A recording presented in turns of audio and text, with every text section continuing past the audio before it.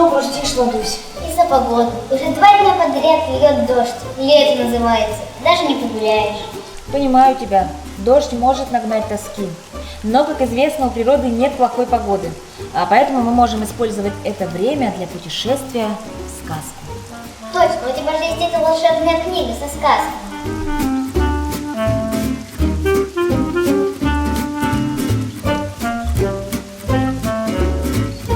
Ну и какую сказку будем читать? Веселую или грустную, как погода?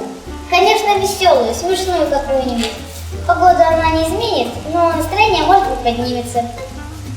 Что же тебе такое смешное, веселое прочитать? А вот, нашла. Ну, слушай. Сказка называется «Волк и козленок». Один козленок отбился от стада. Мама! Мама! Долго блуждал, не мог отыскать обратную дорогу домой. Решил пощипать травку. И вот прямо на него идет серый волк. Ну, друг козленочек, сейчас я тебя съем! У козленка вся жизнь перед глазами пробежала, но он был очень находчивым козленком и потому ответил: Подожди! Не ешь меня! Я еще жиру нагуляю! Да, и правда, худоват. Немножко, думаю, можно подождать. 3 дня тебе даю. Но только смотри, в это время хорошенько питайся. Это я с удовольствием, дяденька Волк! Покушать я люблю! На то мы порешили. Волк согласился и оставил козленка.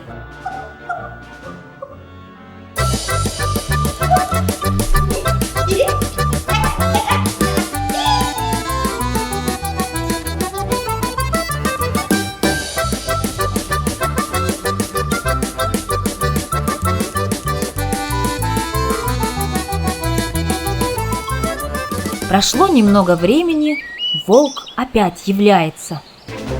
Ну что, дорогуша, нагулял жиру? Вижу, что нагулял.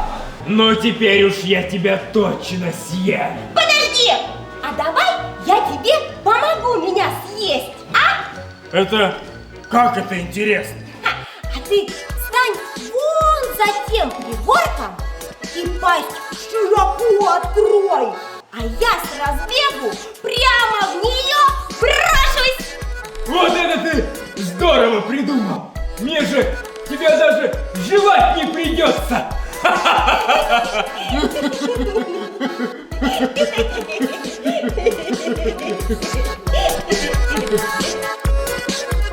Встал под пригорком волк,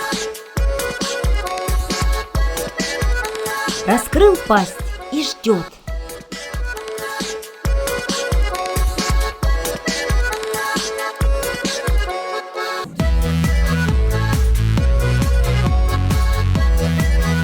Козленок как разбежится, да как стукнет рогами по лбу серого глупца.